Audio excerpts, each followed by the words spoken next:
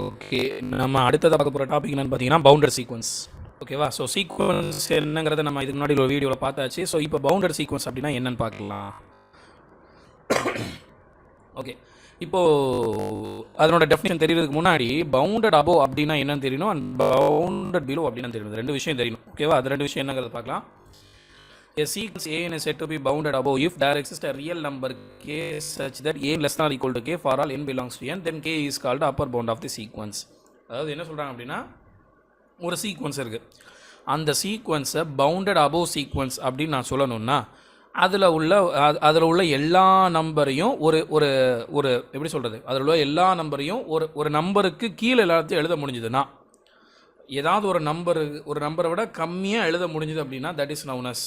அப்படி சொல்லக்கூடாது. அதாவது அந்த சீக்வன்ஸில் உள்ள எல்லா நம்பரை விடவும் பெரிய நம்பர் ஒன்றால் சொல்ல முடிஞ்சுதுன்னா, மாற்றி சொன்னால் ஈஸியாக இருக்கும். அதான், அந்த சீக்வன்ஸில் உள்ள எல்லா நம்பரை விடவும் பெரிய நம்பர் ஒன்றால் சொல்ல முடிஞ்சுது அப்படின்னா that is known as bounded above sequence. அந்த நீங்கள் சொல்கிற அந்த நம்பர் அந்த சீக்வன்ஸ்குள்ளே இருக்கலாம், இல்லாமலும் இருக்கலாம். ஓகேவா? ஸோ அப்படி சொல்ல முடிஞ்சதுன்னா that is known as bounded above. அந்த சீக்வன்ஸுக்கு பேர் பவுண்டட் அபோவ் அப்படின்னு சொல்லுவாங்க. நீ சொல்லக்கூடிய அந்த நம்பருக்கு பேர் அப்பர் பவுண்ட் அப்படின்னு சொல்லுவாங்க. ஓகேவா? ஸோ இப்போ உதாரணத்துக்கு, so I have to right one sequence -n. So minus என்னென்னு அர்த்தம், -1 -2 -3 இப்படி போய்கிட்டே இருக்குது. ஓகேவா? ஸோ இது ஒரு சீக்வன்ஸ். இந்த சீக்வன்ஸ் பவுண்டட் அபோவா அப்படின்னு செக் பண்ணுறதுக்கு என்ன பண்ணணும், நான் என்ன சொன்னேன், இதில் உள்ள எல்லா நம்பரோடும் பெரிய நம்பர் ஒன்றால் சொல்ல முடியுமா, சொல்லக்கூடிய நம்பர் அந்த சீக்வன்ஸில் இருக்கலாம், இல்லாமலும் இருக்கலாம். ஓகே, ஸோ இப்போ இதில் பார்த்தீங்கன்னா -1 தான் இருக்கிறதுலையே பெருசு. ஓகேவா? ஸோ என்னால் சொல்ல முடியுது, பட் இருக்கிறதுலே சிறுசு என்னால் சொல்ல முடியல, இருக்கிறதுலே பெருசு தான் என்னால் சொல்ல முடியுது. ஸோ -1 தான் இருக்கிறதுலே பெருசு. ஸோ என்னால் அப்படி ஒரு நம்பர் சொல்ல முடியுது. ஸோ அதனால் இந்த சீக்வன்ஸை பவுண்டட் அபோவ் சீக்வன்ஸ்னு சொல்லலாம். சொல்லக்கூடிய இந்த நம்பர், இந்த -1 நான் அப்பர் பவுண்ட் அப்படின்னு சொல்லலாம். இந்தாங்க போட்டிருக்க அப்பர் பவுண்ட் அப்படின்னு சொல்லலாம். இப்போ அடுத்த கேள்வி நீ கேட்கலாம், இதில் தெரிகிற நம்பரோட பெரிய நம்பர் என்னால் சொல்ல முடியும் சார், 10 இல்லை 8 இல்லை 1 இல்லை 0 சொல்லிக்கிட்டே இருக்கலாம். ஓகேவா? ஸோ என்னோட கண்டிஷன் சொல்ல முடியணும். ஓகேவா? சொல்ல முடிஞ்சதுன்னா அந்த சீக்வன்ஸ், இந்த சீக்வன்ஸை நான் பவுண்டட் அபோவ் சீக்வன்ஸ் சொல்லலாம். இப்போ அப்பர் பவுண்டுக்கு வருவோம். ஸோ அப்பர் பவுண்டு, அப்போ இந்த சீக்வன்ஸ் என்னது? So infinite number of upper bounds இருக்குது. ஓகேவா? -1 ஸ்டார்ட் ஆகி 0 1 2 3 4 5 6 எல்லாமே இந்த நான் சொல்ல கண்டிஷனை சாட்டிஸ்ஃபை பண்ணும். ஓகேவா? ஸோ எல்லாமே அப்பர் பவுண்டு தான். ஓகே, ஸோ சிம்பிளாக சொல்லணும்னா அண்ட் சரி, அதுக்கடுத்து வரும். ஓகே, இப்போ bounded below sequence. So bounded below சீக்வன்ஸில் என்ன, அங்கே சொன்ன விஷயமே அதே தான் தலைகளாக சொல்கிறோம். என்னதுன்னா, ஒரு சீக்வன்ஸை பவுண்டட் பிலோ சீக்வன்ஸ் அப்படின்னு நான் சொல்லணும்னா அதில் உள்ள எல்லா நம்பரை விடவும் சின்ன நம்பர் என்னால் சொல்ல முடியும். அந்த சீக்வன்ஸில் உள்ள எல்லா நம்பரை விடவும் சின்ன நம்பர் என்னால் சொல்ல முடியணும். அப்படி சொல்ல முடிஞ்சதுன்னா தட் இஸ் அந்த சீக்வன்ஸுக்கு பேர் பவுண்டட் பிலோ சீக்வன்ஸ். நீ சொல்லக்கூடிய அந்த நம்பருக்கு பேர் லோயர் பவுண்டு. நீ சொல்லக்கூடிய அந்த நம்பர் அந்த சீக்வன்ஸில் இருக்கலாம், இல்லாமலும் இருக்கலாம். அதை பற்றி பிரச்சனை இல்லை. அதனால தான் equal to greater than equal to அப்படின்னு போட்டிருக்கு. ஓகேவா? இப்போ நான் அப்படி சொல்ல முடியுதா அப்படின்னு பார்க்கலாம். ஸோ n எடுத்துக்கோ, நேச்சுரல் நம்பர் n எடுத்துகிட்டு என்ன வரும், 1 2 3 4 போய்கிட்டே இருக்குது. என்னோட கண்டிஷன் என்ன, இந்த சீக்வன்ஸில் என்ன கொடுத்துருக்கு பாரு, bounded below if there exist real number such real number k such that a clear equal to k. அதாவது நீ சூஸ் பண்ணக்கூடிய நம்பர் இருக்கிறதுலே சின்ன நம்பர் ஒன்றால் சொல்ல முடியுமா? ஓகேவா? ஸோ சொல்ல முடியும்.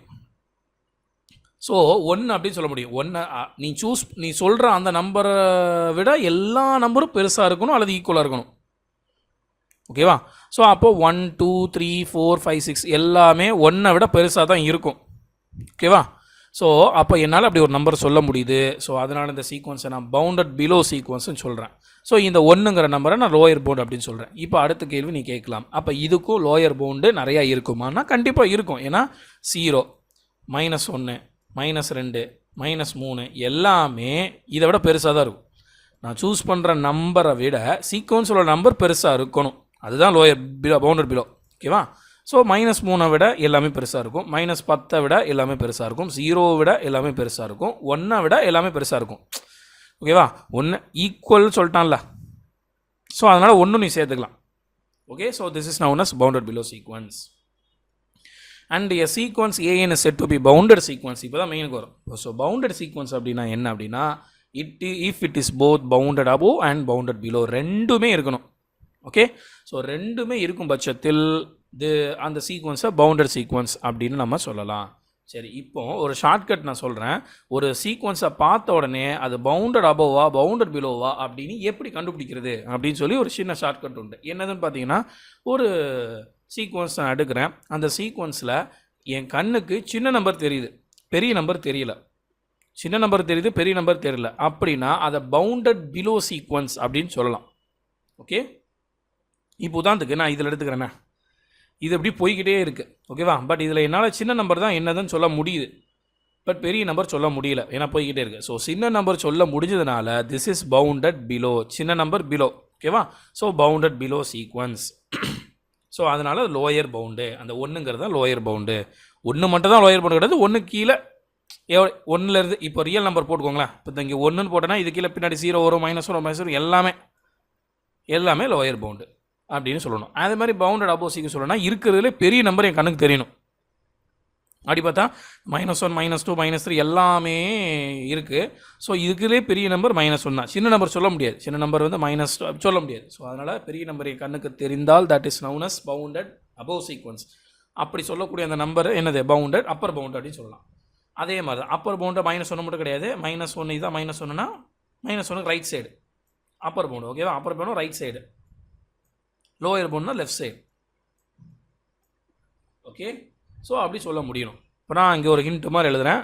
அதாவது பவுண்டட் பிலோவுக்கு ஸ்மால் நம்பர், சின்ன நம்பர் கண்ணுக்கு தெரியணும். அண்ட் பவுண்டட் அபோவுக்கு லார்ஜ் நம்பர் கண்ணுக்கு தெரியணும். தெரிஞ்சதுன்னா அது பவுண்டட் அபோவ். இப்போ பவுண்டடுக்கு ரெண்டுமே தெரியணும், போத்.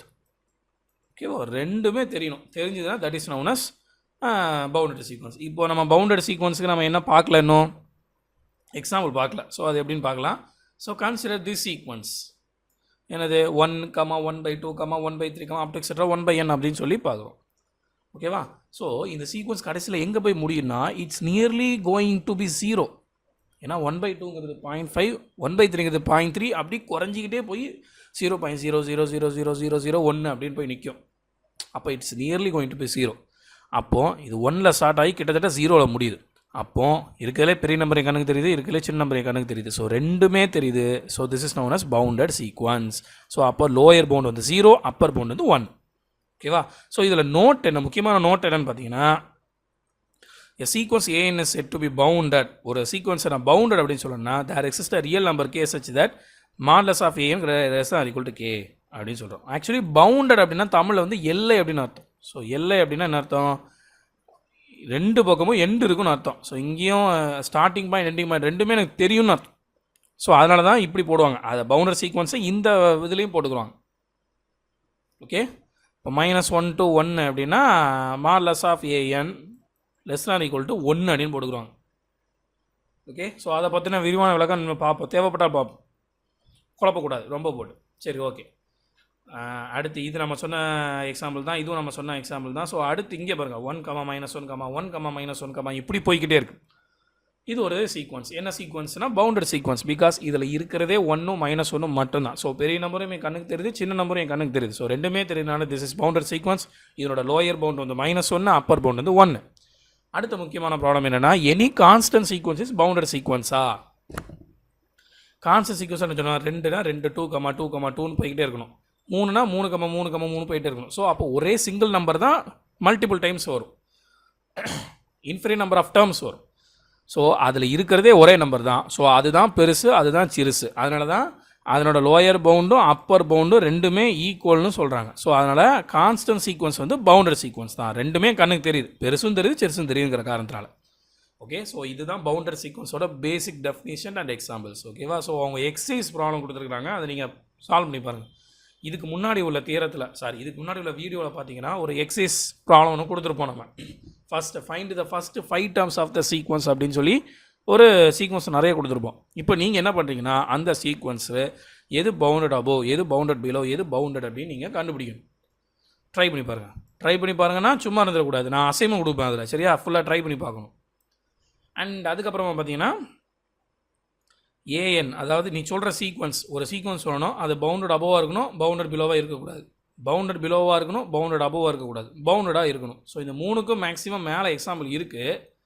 பட் நீங்கள் எனக்கு சொல்ல வேண்டியது என்னதுன்னா, ஒரு சீக்வன்ஸ் நீங்கள் சொல்லணும், அந்த சீக்வன்ஸ் பவுண்டட் பிலோவாகவும் இருக்கக்கூடாது, பவுண்டட் அபோவாகவும் இருக்கக்கூடாது. தட் இஸ் அந்த சீக்வன்ஸில் சின்ன நம்பரும் தெரியக்கூடாது, பெரிய நம்பரும் தெரியக்கூடாது. பட் அது ஒரு சீக்வன்ஸாக இருக்கணும்.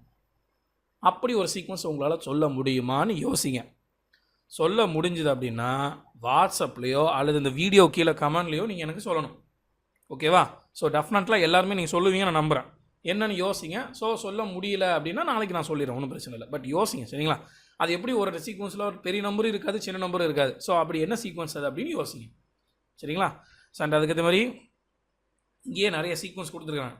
ஸோ இந்த சீக்வன்ஸில் வந்து லோயர் பவுண்ட் இது, அப்பர் பவுண்ட் இது எல்லாமே கண்டுபிடிக்கணும். ஓகேவா? எப்போ ஹெச் வரைக்கும் கொடுத்துருக்காங்க. ஸோ என்னால் கண்டுபிடிக்கிற மாதிரி நீங்கள் பார்த்துக்கணும். ஓகேவா? ஸோ எல்லாமே நான் எக்ஸசைஸ் ப்ராப்ளம் தான், பட் நான் அசைன்மெண்ட்டும் இதுலேருந்து கொடுப்பேன், சரிங்களா? அதனால் எல்லாமே கட்டாயம் நீங்கள் ட்ரை பண்ணி பார்க்கணும். ஓகே? ஸோ அடுத்த டாபிக் என்னங்கிறது அடுத்த வீடியோவில் பார்க்கலாம். தேங்க்யூ.